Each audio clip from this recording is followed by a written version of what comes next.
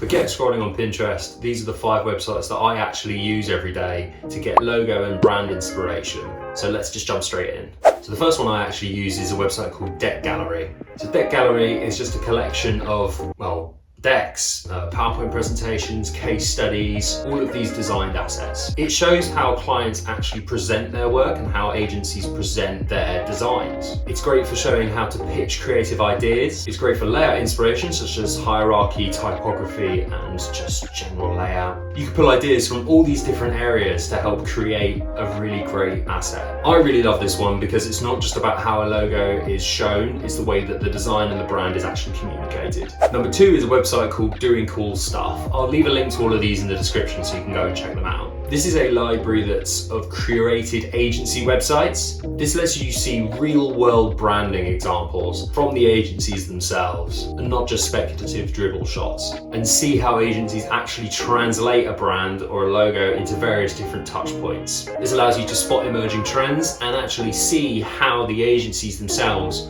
are using the logo beyond just the original icon. It allows you to see how they use it on websites, social media campaigns, as well as any other supporting collaterals as well. I've already made a video about this one as well actually, so if you want to go check that out, it'll be linked and tagged somewhere around here. It's an absolute gold mine for how brands are launched and how they're shown. Number 3 is just a website called Brand Guidelines. It's brandguidelines.net, and this, again, exactly what it says on the tin. It's a library of published brand guidelines and manuals. It's really useful to see how brands are actually policed once they're launched and how they maintain consistency through logo usage, typography, and colors, and other elements as well. Learn how the pros actually structure their guidelines as well, and you can apply this to your own projects when you're handing your guidelines off to your clients. If you've ever wondered how the big brands control their guidelines, this website shows you exactly how to do that. Now the 4th one, this might actually be my favorite one. It's a website called Rebrand Gallery, but there's a specific part of it that I really love.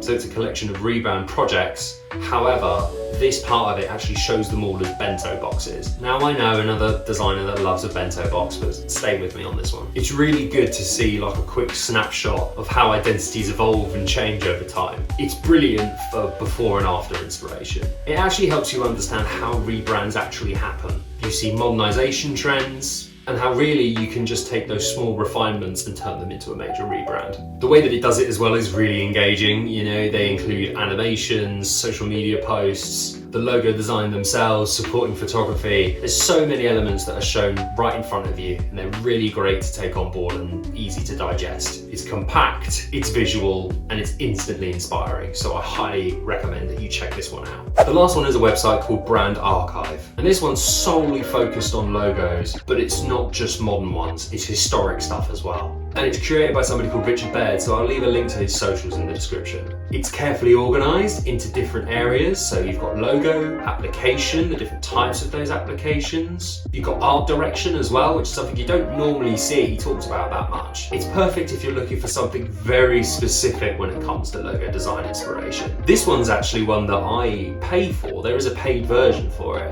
and I personally think it's worth it. The pro version just gives you more access to different designs and different logos, which I think if you're working in it, £8 a month isn't all that much, but that's just my own opinion on it. This might be one I actually make a video on in future, so let me know if you'd love to see that in the comments. Now the bonus one that I've got is a website called Standards. Now the different thing about this one is that yes, it's brand guidelines and it does do the animations and shows the different usages of the logos, but the thing with this one is that the brand guidelines are actually websites rather than PDFs. So Standards is actually the platform itself that allows these agencies to design and build their own brand guidelines online, rather than having the PDFs that we are mostly accustomed to. So this one's just really great to see a different way of doing things, a different way of showing brand guidelines. I think personally that brand guidelines are going to go way more this way, because you actually have the ability to have areas where you can download the fonts, take the specific hex codes, rather than having the PDF and trying to mess around with it.